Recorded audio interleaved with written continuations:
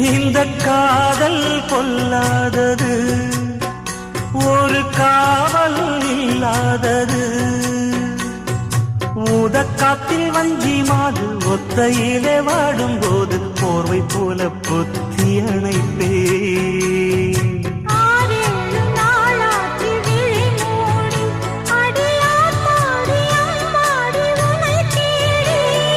நீதானே மானே என் இளஞ்சோடி, உனை நீங்காது என்றும் என் உயிர் நாடி.